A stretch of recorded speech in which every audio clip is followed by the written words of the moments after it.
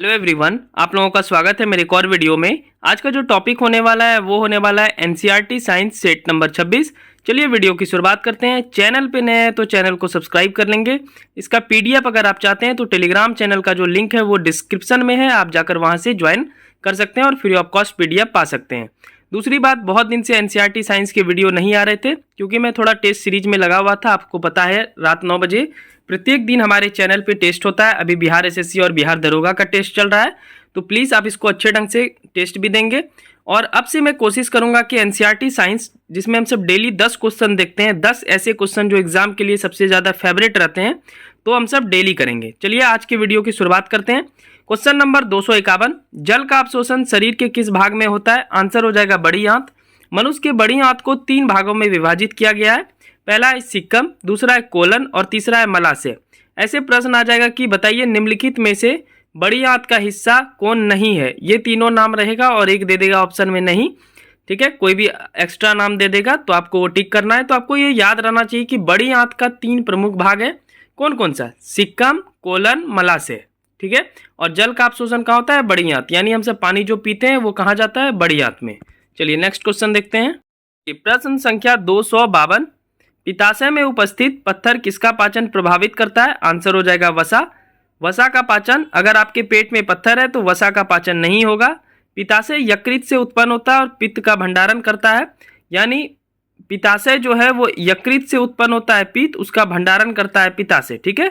तो पित्त का स्रावन यकृत द्वारा होगा। बात ये समझ लीजिए कि पित्ताशय में पित्त का भंडारण होता है, लेकिन पित्त निकलता कहाँ से है? वो यकृत से निकलता है, यानी लीवर से निकलता है, ठीक है। तो दूसरा लाइन वही मैं लिखा हूं कि पित्त का स्रावन यकृत द्वारा होता है, लेकिन पित्त का संचय पित्ताशय में होता है। यानी जमा कहाँ होता है? पित्ताशय में। पित्ताशय के अंदर पित्त अवयवों के संघनन से बना हुआ रावकृत जमा भी पित्त की पथरी है। यही पथरी बन जाता है जिस कारण से वसायुक्त भोजन पचाने में समस्या उत्पन्न होती है। तो ये क्वेश्चन आ चुका है बहुत पहले। नेक्स्ट क्वेश्चन, प्रश्न संख्या 253, कौन सा एंजाइम प्रोटीनों को अमीनो अम्ल में विघटित करता है? आंसर हो जाएगा पेप्सिन। ये बहुत ही इंपॉर्टेंट एंजाइम है जो प्रोटीन के पाचन में सहायक होता है। आइए जानते हैं पेप्सिन के बारे में। तो प्रोटीन का पाचन आमाशय में प्रारंभ होता है क्योंकि वहाँ पे पेप्सिन मिलता है। आमाशय में पेप्सिन नामक एंजाइम प्रोटीन को छोटे पॉलीपेप्टाइड और उनके घटक अमीनो अम्ल में विघटित करता है। ये भी क्वेश्चन बहुत बार आ चुका है कि पेप्सिन एंजाइम का स्राव कहाँ होता है, यानी कहाँ से निकलता है? तो आमाशय से, ठीक है। और पेप्सिन जो है वो प्रोटीन के पाचन में सहायक है और यही पेप्सिन जो है प्रोटीन को छोटे पॉलीपेप्टाइड और उनके घटक अमीनो अम्ल में विघटित कर देता है, बांट देता है, ठीक है। तो पेप्सिन हो गया प्रोटीन के पाचन में सहायक। नेक्स्ट क्वेश्चन, क्वेश्चन नंबर 254, मनुष्य के मुख गुहा में किसका पाचन प्रारंभ होता है? आंसर हो जाएगा कार्बोहाइड्रेट। मनुष्य की मुख गुहा में लार में उपस्थित माइलेज एंजाइम स्टार्च, स्टार्च मतलब होता है मंड, कार्बोहाइड्रेट का एक रूप होता है, ठीक है। तो एंजाइम स्टार्च को माल्टोज और डेक्स्ट्रीन में तोड़ देता है। तो मनुष्य के मुख गुहा में किसका पाचन प्रारंभ होता है? तो कार्बोहाइड्रेट का। इस प्रकार मुख गुहा में कार्बोहाइड्रेट का पाचन प्रारंभ होता है। तो एंजाइम के बारे में ऑलरेडी मैं पढ़ा चुका हूँ पिछले वीडियो में। आप सब सेट 25 देखेंगे तो उसमें मानव पाचन तंत्र में पढ़ाया हूँ अच्छे ढंग से, जहाँ पे आपको 10 क्वेश्चन मिलेंगे, वो उसमें 5 से 6 क्वेश्चन एंजाइम से रिलेटेड है। आप जरूर देख लें पिछला वाला वीडियो। तो मनुष्य की मुख गुहा में लार होता है। लार में जो है माइलेज एंजाइम जो है वो कार्बोहाइड्रेट को पचाता है, यानी स्टार्च को पचाता है, तोड़ देता है। तो वहीं से पाचन प्रारंभ हो जाता है। चलिए बढ़ते हैं 255 क्वेश्चन की ओर। चलिए नेक्स्ट क्वेश्चन है 255, अन्य पशुओं के मांस की तुलना में मछली का उपभोग स्वास्थ्यकर माना जाता है, क्यों? तो आंसर हो जाएगा बहु और संतृप्त वसा अम्ल के कारण। आपको पता है फिश के जो लीवर में है वो विटामिन ए का अच्छा स्रोत है, वहाँ पे ये वाला अम्ल पाया जाता है, बहु असंतृप्त वसा अम्ल। अब ये क्या है? तो बहु असंतृप्त वसा अम्ल में अपघटन की दर काफ़ी तेज होती है, यानी भोजन पचने की दर काफ़ी तेज होती है, जिसके कारण संविहय क्रिया में ऑक्सीजन के अधिक अनुग्रहण कर लिए जाते हैं। अगर इसका सेवन करते हैं, फिश का सेवन करते हैं, तो आपके शरीर में ऑक्सीजन की मात्रा ज़्यादा से ज़्यादा होगी। तो मछली में पाई जाने वाली वसा में सबसे अधिक बहु असंतृप्त वसा अम्ल पाया जाता है, जो शरीर के लिए काफ़ी अच्छा पोषक तत्व होता है। बाकी अगर आप मांस खाते हैं जैसे गोट का या फिर कोई भी एक्स्ट्रा पशु का, तो वहाँ पे क्या होता है कि उन सब में जो है विटामिन ए काफ़ी ज़्यादा होता है और वो चर्बीदार होता है, तो वो शरीर के लिए काफ़ी हानिकारक होता है। फिलहाल आगे बढ़ते हैं हम सब 256 क्वेश्चन की ओर।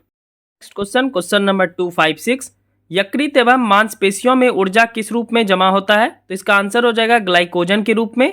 आइए देखते हैं इसके बारे में। शरीर की कोशिकाओं को कार्य करने के लिए ऊर्जा की आवश्यकता होती है।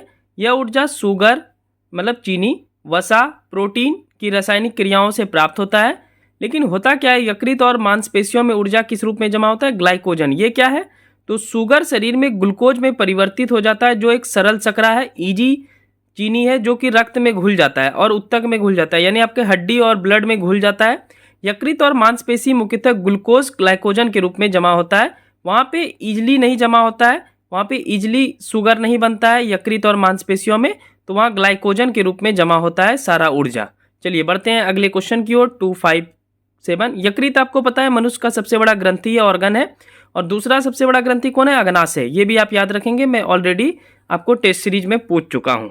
चलिए नेक्स्ट क्वेश्चन नंबर 257, ग्लूकोज क्या है? तो इसका आंसर हो जाएगा यह एक सरल कार्बोहाइड्रेट है। इसका सूत्र होता है C6H12O6। यह जल, एसिटिक अम्ल तथा कई अन्य विलायकों में घुलनशील होता है। आप कहीं पर भी ग्लूकोज पानी पी सकते हैं, ग्लूकोज घुल जाता है। यह स्वाद में मीठा होता है। ठीक है, तो इतना आप याद रखेंगे। खास करके इसमें दो बात पूछेगा कि ग्लूकोज क्या है, तो ये सरल कार्बोहाइड्रेट है और इसका सूत्र क्या है? C6H12 और O6।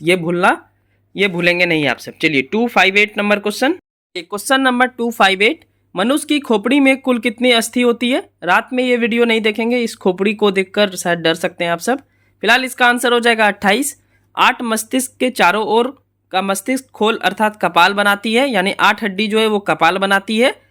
बहुत लोग कपाल को कपाड़ बोल देते हैं, एक्चुअल प्रोनाउंसिएशन कपाल होता है।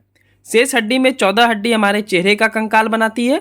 बचे 6 मध्य कर्णों में यानी कान में पाया जाता है। आपको पता है कान में ही शरीर की सबसे छोटी हड्डी स्टेपिज मिलती है। तो टोटल हो गया आपका 28 हड्डी जो है मनुष्य की खोपड़ी में मिलती है। हाइओलाइड नामक एक और हड्डी मैंडिबल तथा कंठ के बीच जीभ के नीचे स्थित रहता है।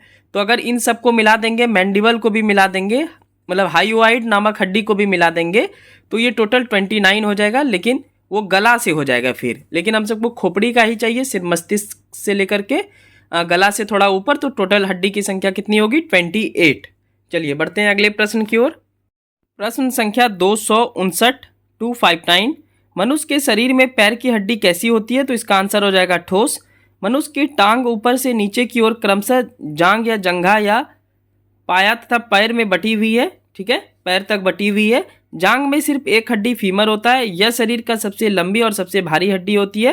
यानी आपसे सबसे छोटा हड्डी पूछेगा तब तो वो कान में होता है, जिसका नाम है स्टेपिज। पिछले क्वेश्चन में हम सब देखे। लेकिन आपसे पूछ लिया कि शरीर का सबसे बड़ा हड्डी कौन सा है और भारी हड्डी, तो वो हो जाएगा फीमर, जो कि जांग में है। ठीक है, जांग में टिबिया तथा फिबुला नामक 2 हड्डी होती है। ये भी याद रखेंगे, काफी बार पूछता है, टिबिया तथा फिबुला। चलिए बढ़ते हैं आज की वीडियो का आखिरी क्वेश्चन की ओर। क्वेश्चन नंबर 260, शैल क्रिया में ऑर्थोप्लास्टी क्या है? तो इसका आंसर हो जाएगा कूल्हे के जोड़ का प्रतिस्थापन, यानी कूल्हे का जोड़ को ठीक करना ही शैल क्रिया में ऑर्थोप्लास्टी कहलाता है। शैल क्रिया में ऑर्थोप्लास्टी कूल्हे के जोड़ का प्रतिस्थापन है, उसे एडजस्ट करना है। पिक्चर में आप देख रहे होंगे, नी इंजरी जब होता है तो यही कार्य होता है, ऑर्थोप्लास्टी किया जाता है। यह निष्क्रिय हो चुके जोड़ों को प्रतिस्थापन या पुनर्संयोजन इस शैल क्रिया द्वारा किया जाता है। तो मुख्य रूप से ये पूछेगा कि शैल क्रिया में ऑर्थोप्लास्टी क्या है, तो कूल्हे के जोड़ का प्रतिस्थापन ऑपरेशन करता है कूल्हे के जोड़ का। तो ये था सेट नंबर 26 एनसीईआरटी आधारित। अब एनसीईआरटी साइंस का डेली वीडियो आपको सुबह के 9 बजे मिल जाएगा। तो 9 से 10 के बीच में आप देख लेंगे सुबह में, और रात में तो 9 बजे का टेस्ट होता ही है रात में। तो ये वीडियो आपको कैसा लगा कमेंट करके बता सकते हैं। वीडियो अच्छी लगी हो तो चैनल को सब्सक्राइब कर लेंगे। इसका PDF पाने के लिए टेलीग्राम चैनल का लिंक जो है वो मैं डिस्क्रिप्शन में दे दिया हूँ, आप वहाँ से जाकर के ज्वाइन कर सकते हैं। और इस वीडियो को जरूर लाइक कर लेंगे। Thank you so much, bye bye, take care and God bless you to all.